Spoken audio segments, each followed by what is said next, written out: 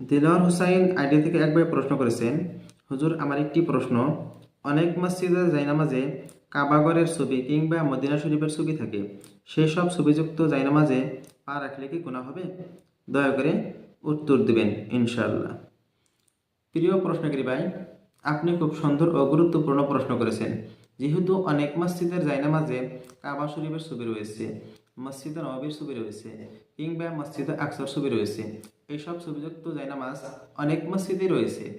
আর মুসল্লিগণ যখন মসজিদে নামাজ পড়তে যান তখন এইসব ছবিযুক্ত জায়নামাজের উপরে তাদের পা রাখতে হয়, হাঁটতে হয়, বসতে হয়।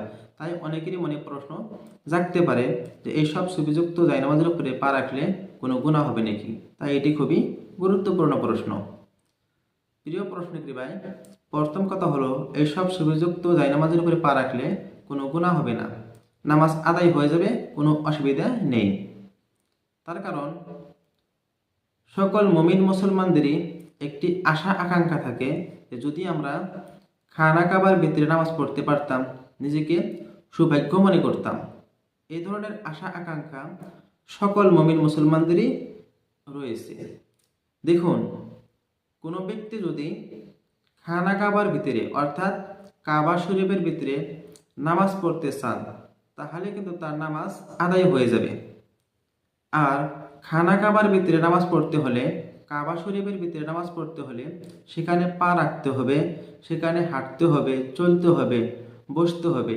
সুতরাং ইবাদতের উদ্দেশ্যে কাবা শরীফের ভিতরে যদি পা রাখা হয় বা সেখানে যদি দাঁড়ানো হয়, যদি বসা হয়, এর দ্বারাই বাস্তব কাবার অপমান করা হয় না। এবং কি কেউ যদি কাবা শরীফের ছাদের উপর নামাজ পড়ে তারও কিন্তু নামাজ আদায় হয়ে যাবে, এর দ্বারাই কাবা শরীফে অপমান করা হয় না। সুতরাং যদি ইবাদতের উদ্দেশ্যে বাস্তব কাবার উপরে পা রাখলে বা বাস্তব কাবার ভিতরে পা রাখলে এর দ্বারাই বাস্তব কাবার অপমান করা হয় না, ঠিক তেমনিভাবে কাবা শরীফের ছবিযুক্ত জায়নামাজের উপরে পা রাখলে এর দ্বারাই কোনো গুনাহ হবে না এবং কি কাবা শরীফকে অপমান করাও হবে না। এই মশলাটি লিখেছেন ফাতোয়ায়ে কাসিমিয়া 7 নং খণ্ড 387 নং পৃষ্ঠায়, ফাতোয়ায়ে মাহমুদিয়া 6 নং খণ্ডর 671 নং পৃষ্ঠায়।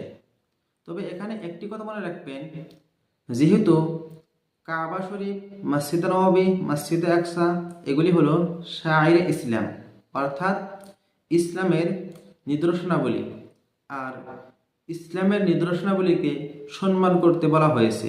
তাই এসব ছবিযুক্ত জায়নামাজকে পরিহার করাটাই বেশি উত্তম। আশা করি প্রিয় প্রশ্নকারী ভাই আপনি আপনার প্রশ্ন জবাব পেয়েছেন। ওয়া আখিরু দাওয়ানা আনিল হামদুলিল্লাহি রাব্বিল আলামিন।